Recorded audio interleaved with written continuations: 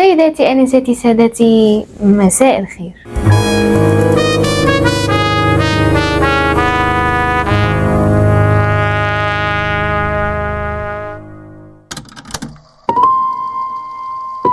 أكتوبر 1966، بعد أمطار غزيرة دامت أسابيع، كومة ضخمة من مخلفات الفحم كانت متكدسة على تل مطل على قرية تعدين الفحم أبرفان في جنوب ويلز غرب أوروبا، بتضطرب وتتزحلق من على التل عشان تقع على المدرسة الابتدائية بنت جلاس وتدمرها تماما. 116 طفل ماتوا و18 بيت اتدمروا. بس القصة الحقيقية يا المشاهد مش بتبدأ غير لما الدكتور النفسي جون باركر بيقرر يروح للقرية تاني يوم من وقوع الحادثة. المهم انه سمع شهادات الناس ولقى ان عدد كبير منهم كان عندهم احساس غريب ان في حاجة وحشة هتحصل قريب. ومن بين الحالات دي كان في بنت صغيرة شافت حلم ان مدرستها، وهي نفس المدرسة اللي اتدمرت، هتتغطى تماما باللون الاسود، وكانت رافضة رفض تام انها تروح. لكن الام كانت شايفة انها طفلة وانه مجرد حلم، وخلت بنتها تروح، والبنت ماتت في الحادثة.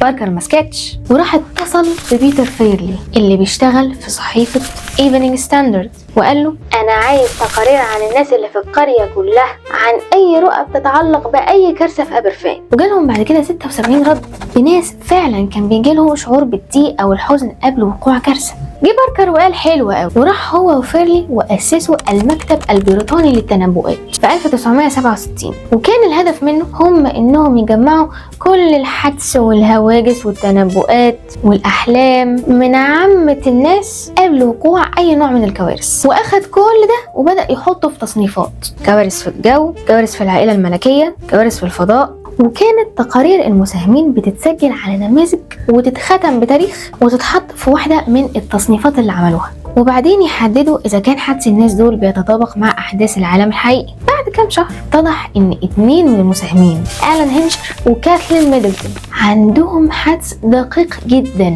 ده غير إنهم أصلا من الناس اللي تنبأت بكارثة أبرفان. لما كان هينشر بيجيله حدس بإن في حاجة هتحصل، كان ده بيأثر عليه بشكل فيزيائي على هيئة صداع قوي بيزيد كل مادة وما يروحش أبدا إلا لما الكارثة تحصل. وكاثلين كانت بتحس بشعور بالضيق والاختناق، ساعات كانت بتشوف ومضات سريعة من الضوء فجأة بتظهر وتختفي قبل وقوع الكارثة. بعد كام شهر هينشر تنبأ إن في طيارة هيبقى عليها 124 أو 123 راكب هتتحطم في الجبل في البحر الأبيض المتوسط. وبعدها بشهر فعلا حصل كده في قبرص. بس هينشر ما اكتفاش بكده، وكلم باركر في نص الليل تاني يوم بالظبط بعد حادثة الطيارة وقال له بص يا باركر، من الآخر كده أنا قلبي مش مطمن عليك. يا ساتر يا رب، ليه كده؟ أنت حياتك في خطر. قصدك إيه؟ قصدك إني هموت؟ مين هيدير المكتب من بعدي؟ وأنا هعمل حادثة؟ تقريبا كده. بس والنبي لو حصل لك حاجة تبقى تقول إن أنا اللي قلت، عشان الناس يعني تفتكرني بقى بركة وكده يعني. ولما الصيف دخل بقى هينشر وميدلتون هما الاتنين بيحذروا باركر إن حياته في خطر. وبعد 3 أسابيع باركر مات بسبب سكتة دماغية. بصراحة أنا مش هقولك هنا إن أقدر أفسر إزاي الناس دي فعلا قدرت إنها تتنبأ بالأحداث دي وإزاي حدسهم دقيق للدرجة دي، لكني أقدر أخدك ورا ستائر المسرح عشان نعمل كده لقاء خفيف مع الحاسة السادسة. الحقيقة الحاسة السادسة بتقول إن ليها معنى تاني غير اللي متعودين عليه، زي مثلا البروبريوسبشن. دي قدرة الجسم على الشعور بوضعيته وحركاته واتزانه في المكان اللي هو فيه من غير الاعتماد على الرؤية بشكل أساسي. وهي الحاجة اللي بتخليك لو البروبريوسبشن عندك سليم إنك تقدر تمسك أجزاء من جسمك أو تكون عارف إيدك ورجلك في أنهي اتجاه وإنت مغمض عينيك. المهم ان في شويه موظفين كده في الجسم هم اللي بيديروا النظام المعقد ده، زي مثلا المستقبلات الميكانيكيه الطرفيه. دي موجوده في العضلات والاوتار والجلد والاربطه، بتستشعر اشكال مختلفه من المحفزات زي اللمس والضغط والحركه. والجهاز الدهليزي ده الجوكر بقى، كل حركه بتتحركها كل مره بتقع وتقوم تاني وتقف على رجليك او حتى على ايديك من غير ما تتمرجح كده، ده بفضل الجهاز الدهليزي الموجود في الأذن الداخلية اللي بيساعدك على الاتزان وتحديد وضعيتك. عبارة عن 3 أنابيب صغيرة جدا نص دائرية جواها سائل الليمف الداخلي وخلايا شعرية دقيقة. لما بتحرك راسك في أي اتجاه الشعيرات الدقيقة دي هي كمان بتتمايل جوه لما السائل الموجود في القنوات يتحرك بفعل حركة دماغك. ده غير طبعا الرؤية اللي بتلعب دور مهم في تحديد الموضع اللي انت عليه واتجاه جسمك. عشان كده لما بتغمض عينيك وانت بتلف بتلاقي نفسك دخت، عشان ساعتها الجهاز الدهليزي بيضطرب بسبب كمية الحركة السريعة الموجودة في اللف، فساعتها بيلجأ للرؤية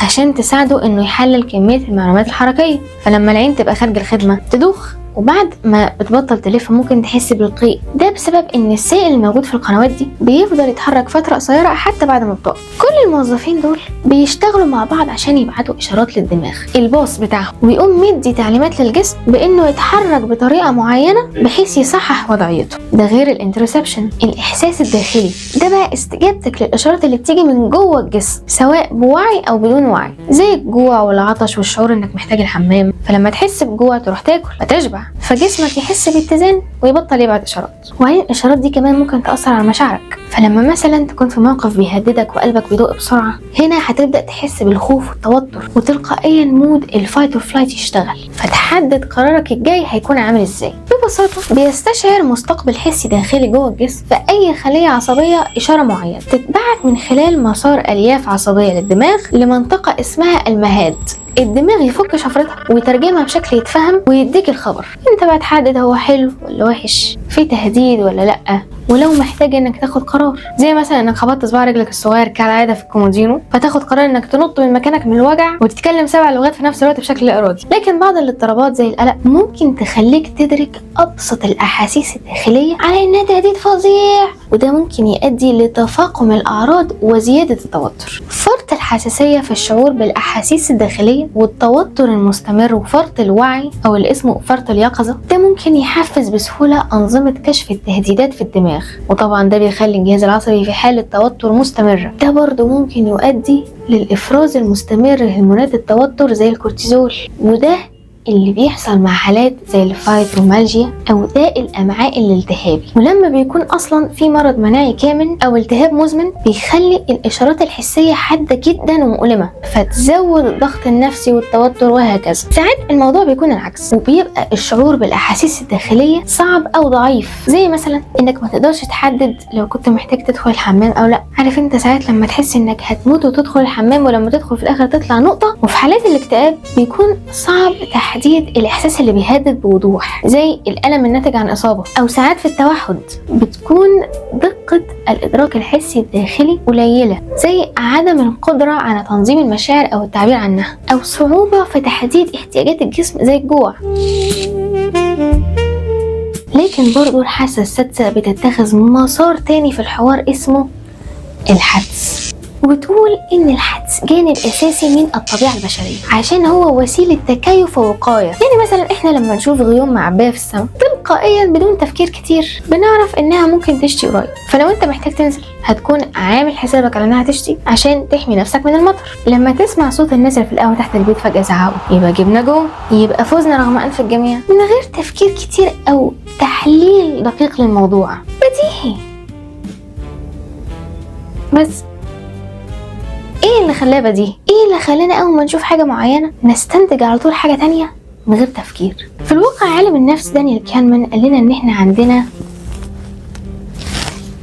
نمطين من التفكير. السيستم الاول هو النظام الحدس intuition، بيشتغل كده على طول بشكل تلقائي من غير تفكير عميق او تحليل، بيشتغل بمنطق البديهة مالوش في الفزلكه. بصراحه هو مفيد. بصراحه احنا بنواجه حاجات كتير في اليوم، مش كل حاجه بقى هتقعد تحسبها بمعادلات اقليدس طول الوقت. لازم يكون في نظام بيشتغل بسرعه يخليك تتصرف من غير تفكير ومن غير ما تبذل مجهود ممكن يفيدك بعد كده، لكنه برضه غير معتمد بنسبه 100%. اكيد مش كل حاجه ماشيه بالحدس كده، فساعات بيكون في انحيازات، والانحيازات ممكن تسبب اخطاء في الاستنتاج وتديك مفهوم مش مظبوط. عارف ده بيفكرني بمين؟ بلومبروز لما قال انك تقدر تحدد المجرم من شكله. رب ده كان في حلقة ايه؟ جريمة بالصلصة. هتقول ايه العلاقة؟ هقول لك مغرم رزو كان شايف ان بمجرد ما في راجل مناخيره كبيره شويه وعينيه ضيقه ده كده قتال قتل، رغم ان الكلام ده ولا حاجه من الواقع. دي نظره سطحيه انحيازيه عنصريه متعصبه جدا، لان غالبا لما تشوف حد ملامح وشه حاده شويه او مختلفه يعني عن اغلب الناس، حدسك او يعني حدس بعض الناس كده بسرعه ممكن يديك انطباع ان الشخص ده مريب، رغم ان احتمال كبير جدا يكون مش كده، سوء الظن بقى. ولما تشوف حد وشه جميل ومسمسم او وسيم تحس انه كيوت ولطيف، مع ان ممكن يبقى هو ده قتال القتله. وعندنا سيستم 2 التاملي والمنطقي، باين من اسم ما يجيش معاه سكه شغل البديهي ده يحب يفكر ويحلل ويفهم الحقيقه مش البديهه. لكن لما السيستم التاني ادي واجباته في تحليل اي حاجه جديده انت بتتعلمها زي العزف او تعلم لغه جديده او قدمت على شغل جديد او سواقه او اي نوعيه من الممارسات اللي ممكن تمارسها وتتعود عليها، بيقرر السيستم التاني انه يقيل شويه ويدي الاداره للسيستم الاول الحدسي. فتلاقي العازف المحترف مش محتاج يحسب كل مره هو هيحرك ايده ازاي مع كل نوته، بانه خلاص اتعود، والموضوع بقى بالحدس مش بالتحليل. هنا بقى الزتونه، هنا المشكله يا المشاهد، لانك لو سبت السيستم الاول هو اللي يتحكم في كل حاجه وتتجاهل السيستم التاني في وقت الاحتياج ليه، تبقى حاسس ان الموضوع بديهي مش محتاج طول الوقت. هو ده اللي بيسبب سوء الفهم وبالتالي سوء القرار. زي مثلا تجربه اتعملت على 40 طالب من جامعه بريستول، ادوهم سؤال فيه تركايه كده. المهم انهم ادوا نص الطلاب السؤال واضح وبخط حلو، والنص التاني نفس السؤال بس بخط ولا كانه خط دكتور باطنه، صغير وباهت ومش واضح ولا مظبوط. لكن عشان تعرف بقى، الطلاب اللي اخذوا السؤال ابو خط وحش جاوبوا صح بنسبه 65%، لانهم زي ما تقول كده استفزوا السيستم التاني تحليل العميق انه يشتغل. اما الطلاب اللي كان معاهم السؤال واضح جاوبوا صح بنسبه 10% بس، عشان كان بالنسبه لهم السؤال واضح وايزي بيزي، فصحوا النظام التاني ليه بقى؟ خلينا بمعنى تاني النظام الاول ده ساذج، ايوه سهل يتخدع. عارف فيلم فوكس لما نيكي قال لمستر ليوان انه يختار اي لاعب من الملعب وهيخلي جيس هي اللي تخمن الرقم، وساعتها حط 1,000,000 من عنده و1,000,000 من عند ليوان. ده طبعا رهان مستحيل لان في على الاقل 100 لاعب في الملعب، لكن لما جيس شافت اللاعب اللي مكتوب على التيشيرت بتاعه رقم 55 اختارته وطلع صح.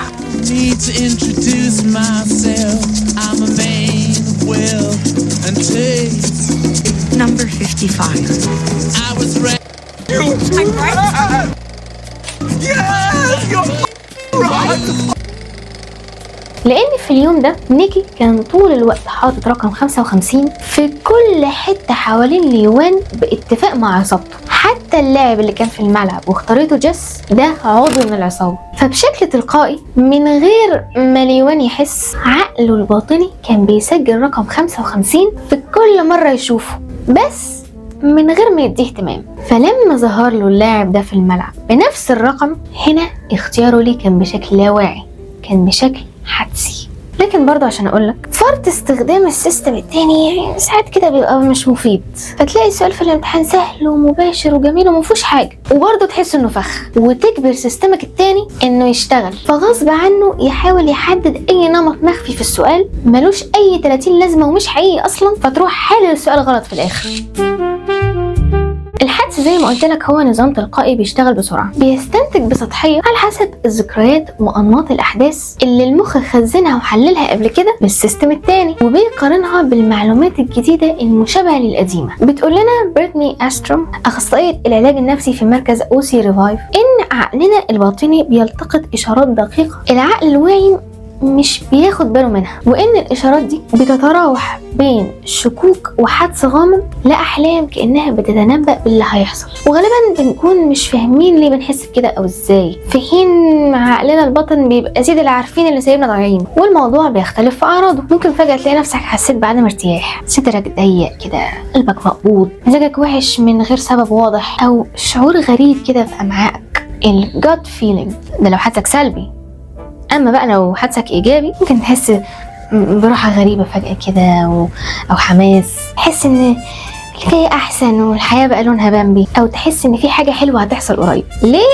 الله اعلم، بس هو انت حاسس كده وخلاص. عشان نكون منطقيين ده ده مش معناه انك مستبصر، ده معناه ان المخ هو ارشيف لكل تجاربك السابقة. كل درج جوه عقلك مليان دفاتر بكل حاجة حصلت في حياتك، سواء عشش عليها العنكبوت واتنست او اتختمت بخيط محمر يمنعها من الضياع وسط بقية الذكريات. وفي وسط الدفاتر دي هتلاقي منهم تقارير متسجل فيها نمط احداث حياتك اليومية. بشكل لا واعي السيستم التاني مش بيبقى مضطر ان هو يحلل النمط ده في كل مرة، وبيدي مفتاح الارشيف العقلي للسيستم الاول، هو اللي يتولى استيعاب الاحداث وتهيئتك لمواجهتها. ثم يعني لو فاكر زي ما قلت لك من شوية ان التنبؤ حتى على الاقل بنوع الحدث اللي ممكن يحصل لك في المستقبل هو طريقة للتأقلم والقدرة على السيطرة على مجريات الأمور. ده بيفسر ليه ساعات كتير تاخد فكرة سريعة جدا لما تقابل حد لأول مرة. أي تصرف بيتصرفه، نبرة صوت أو طريقة كلام أو نظرات، ستايل لبس وحركات معينة بيعملها، أو حتى ملامح، عقلك الباطني بيقوم مشغل السيستم الأول ونادي هعمل 610 وياخد الوش الجديد ده ويقارنه بأغلب سجلات الناس اللي اتعاملت معاهم في حياتك ويشوف نسبة التشابه ويحدد بقى هو شخص مريح ولا لا. بس طبعا ده بناء على معلومات سطحية وغير دقيقة في أغلب الأحيان.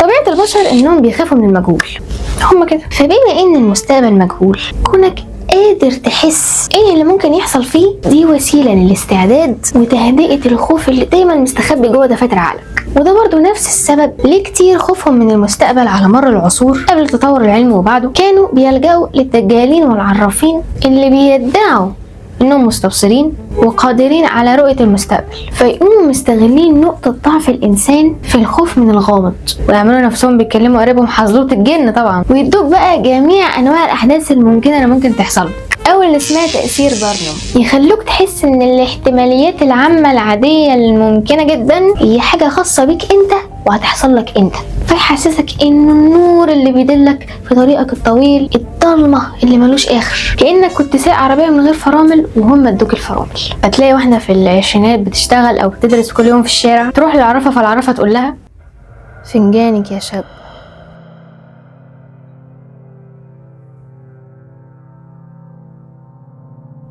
انتي بتقابلي ناس كتير كل يوم. ايوه فعلا، بس محدش فيهم شايفك بجد او عارفك صح. في حد هيظهر. حد مين يا ست برغل؟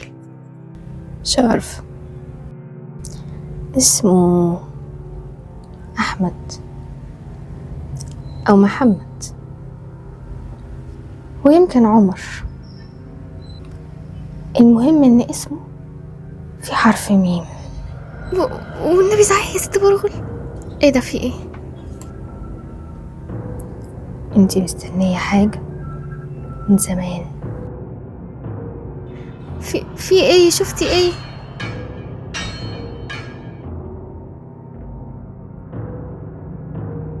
لا ولا حاجة، بلاش احسن. تسلميلي يا ست برغل، خدي يا اختي. قومي كملي طريقك.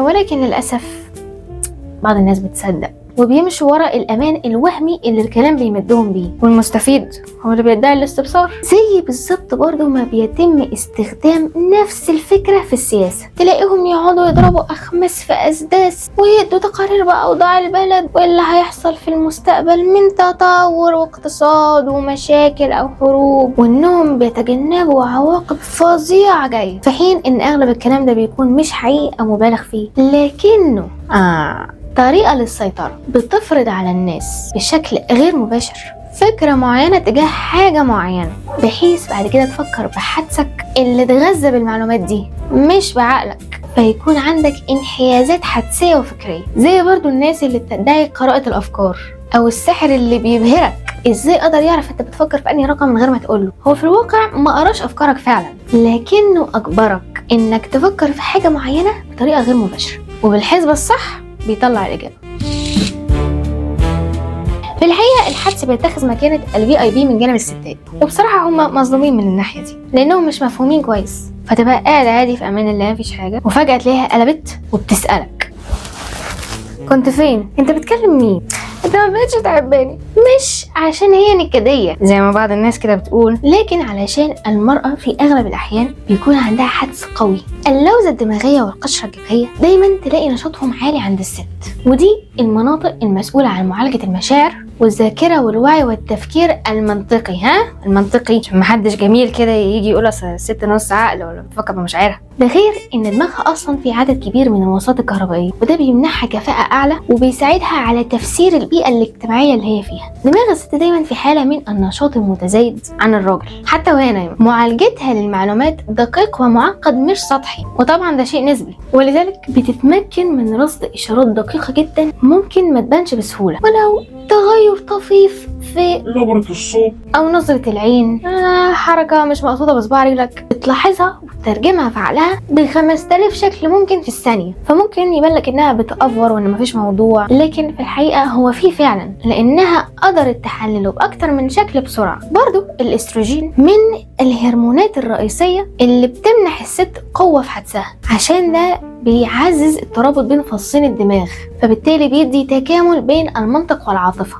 وطبعا مع تغير الحالة المزاجية أثناء الدورة الشهرية بتتغير مستويات الاستروجين، وكل ما بيعلى كل ما الحدس بيكون أقوى والشعور بأدق التفاصيل بيكون أعلى. لكن كل ما المود يكون أسوأ كل ما الحدس يقل والتفكير المنطقي يزيد. ده غير طبعا مجتمعنا المبهر اللي على مر العصور كانت بتستغل غرائز الست في الشعور بأقل علامات الخطر والتهديد والحالة المزاجية، وتوقع الاحتياجات لحماية أطفالها، فإنها تتحمل مسؤولية رعاية الأطفال والزوج والعيلة والمجتمع كله، وقدرتها على لعب أدوار مختلفة أو القيام بمهام مختلفة في نفس الوقت من الأسباب اللي نمت حدسها مع تقدم الزمن. ولما تتجوز بينشأ نوع من الحاسة السادسة بينها وبين شريكها، فتبقى قراءة التغيرات الطفيفة في التنفس ولا تعبيرات الوش أو حركات معينة ملحوظ بين الطرفين. مش بس ملحوظ، ده بيأثر عليهم. يعني تلاقي ان ضربات قلب الاتنين ممكن تتناغم وتبقى ماشية في نفس التزامن، وحتى موجات الدماغ بتكون أنماطها متزامنة مع بعضها لما بيبقوا قريبين. ولما علاقتهم تدوم لفترة طويلة ممكن يحسوا ببعض حتى لو بعاد عن بعض بسبب الترابط العاطفي والفيزيائي المستدام بينهم. وبعدين لما الست تخلف تاخد كارت VIP جديد خاص بالأمهات، ده طبعا بيتسطب معاه upgraded limited edition system من الحدس مخصوص للأمهات. تبقى قاعدة عادي وفجأة تحط ايديها على قلبها وتقول لا أنا مش مطمنة، أنا ابني في حاجة. بتقول لنا الدكتورة سوزان ألبرز إن البيولوجيا العصبية والتجارب المكتسبة بيلعبوا دور في حدس الأم، وبتقول إن كون الأم بتقضي وقت أطول مع أولادها ده بيفرز هرمون الأوكسيتوسين، وده بيعزز العلاقة بينها وبينهم، وبيكون في ترابط بينهم حتى قبل ما الطفل يتولد. يعني العلاقة اللي بين الأم وأولادها علاقة نفسية وبيولوجية. لما الأم تبقى تعبانة أو زعلانة ده بيأثر على جنينها، ولما بيتولد طاقته بتكون من طاقتها. يعني لو رضعته وهي متضايقة أو متعصبة ده على طول بيأثر على حالة الطفل. ومع مرور السنين الأمهات بيقضوا أوقات كتير مع أولادهم تخليهم يرصدوا كل تصرف بيتصرفوه وكل سلوكياتهم. ده غير إن الأم بما إنها دايما مع أولادها ده كمان بيخليهم يتصرفوا زيها أو يقلدوها ويتأثروا بيها وبحالتها. فالعلاقة القوية دي بتخلي الأم قادرة إنها تستشعر لو في حاجة مش مظبوطة في أولادها حتى لو بعاد عنها. وعلى فكرة حتى الأب نفس الشيء. يعني من الآخر الموضوع بيعتمد على مدى قربك من أولادك ومدى اهتمامك وقوة ملاحظتك لأقل التغيرات في تصرفاتهم أو حالاتهم. وكل ما العلاقة بقت أقوى وأقرب كل ما بيبقى فيه تخاطر أدق. لكن ده ممكن يحصل بين أي اتنين في أي علاقة بالمناسبة. طبعا بين الأم والأب وأولادهم بتكون قوية نظرا للعلاقة النفسية والبيولوجية اللي بينهم، لكنها ممكن برضو تحصل مع الصحاب لما يكونوا اتنين قريبين قوي بيحفظوا ويتعودوا على بعض، فبيبقوا قادرين انهم يحسوا ببعض او يعرفوا افكار بعض حتى لو من غير كلام. ومود طرف واحد ممكن يأثر على التاني وبالتالي يأثر على افكاره، فتلاقيهم ممكن يقولوا نفس الجملة في نفس الوقت او يفهموا بعض نظرة واحدة ويقوموا فجأة مسخسخين من الضحك. فانت تبقى قاعد مش فاهم ايه المجانين اللي بيضحكوا بدون سبب دول. هو في سبب لكن هم بس اللي يفهموه. ونفس الشيء مع الاخوات وخصوصا التوأم، هو مفيش بينهم تخاطر بمعنى ان الفكرة اللي في دماغ طرف بتطير وتخش دماغ الطرف التاني كده بشكل سحري، لكن التفسير هو ان التربية والجينات المشتركة والشبه الكبير بين التوأم في طريقة معالجة أدمغتهم للمعلومات هي اللي بتكون في أغلب الأحيان سبب التوصل لنفس الفكرة أو نفس الشعور بينهم. في حالات التوأم بتنتج الجينات المتشابهة أدمغة متشابهة، فبالتالي تعالج أفكار ومشاعر متشابهة وأحيانا كمان أحلام متشابهة. ده غير علاقتهم اللي غالبا بتكون قوية، بيقدروا يحسوا ببعض لو طرف منهم بيعاني من شيء. يعني مثلا سنة 2009 حست جيما هوتون شعور قوي إن أختها التوأم في مشكلة، ولما جرت تدور عليها لقيتها في الحمام فاقدة للوعي ولون بشرتها مايل للأزرق. كانت أختها ليان بتعاني من الصرع، واللي حصل لها إنها اتصابت بنوبة تشنجية وهي في الحمام. ولما القصة دي انتشرت الناس كانت في حالة ذهول، كانت دليل قوي على ظاهرة تخاطر التوأم. إلا إن التفسير الأكثر واقعية بيقول إن جيما كانت عارفة إن أختها في الحمام وعارفة إنها عرضة للإصابة بنوبات في أي لحظة، فالقلق اللي حست بيه على أختها لما لقت إن الدنيا هادية زيادة عن اللزوم خلاها تروح تطمن عليها. برضو مش شرط كل التوأم يبقوا كده، العلاقة قوية قوي دي مش لازم كل التوأم تكون عندهم، ولو هم توأم غير متطابق بتكون علاقة التخاطر دي برضو أقل، لأن في حالات التوأم الغير متطابق كل جنين بيتكون بحمض نووي مختلف عن أخوه، فبالتالي الأدمغة بتكون بنيتها مختلفة، وساعتها العامل اللي هيحدد مدى قدرة إحساسهم ببعض هتكون نوع العلاقة اللي هتنشأ بينهم بعد كده، مش بس الجينات. هتلاقي توأم ما يسيبوش بعض ابدا، وتوأم تاني عكس بعض تماما وما بيطقوش بعض نهائيا. الحقيقة يا ايها المشاهد ان الحدس على قد ما هو مضلل ساعات ويعني سطحي على قد ما هو مهم جدا في حياتنا. يعني بصراحة الراجل موجب معانا اهو، منه بيوفر لك وقت بدل ما تقعد تفكر كتير، ومنه بيطمنك وبيجهزك للي جاي. لكن لو اعتمدنا بزيادة على حدسنا ده ممكن يؤدي للهستيريا، ممكن يؤدي لقلق واضطراب مستدام يخوف الانسان بدل ما يريحه، فتلاقي الام مرعوبة على ابنها طول الوقت بدون سبب، وبدل ما تسيبه يخوض الدنيا ويتعلم تقفل عليه وتحبسه في سجن خوفها. وبدل ما العلاقة بين الصحاب والاخوات تبقى قوية واحساسهم ببعض جديد تقلب علاقة سيطرة أو تسلط. وبدل ما الواحد يجهز نفسه للي جاي من حلو أو وحش يتوتر يخاف ويقف في طريقه ما يكملش. هنا يجي دور الإيمان اللي مهما حدسك اللي كتير بيكون هو نفسه شيطانك حاول يحبطك وقالك إن اللي جاي أوحش، إيمانك هيكون هو مطمئنك الأول والأخير. قل لن يصيبنا إلا ما كتب الله لنا هو مولانا وعلى الله فليتوكل المؤمنون. وأخيرا وصلنا إلى آخر الحلقة، وفي النهاية أحب أقول إلى اللقاء في الحلقة القادمة.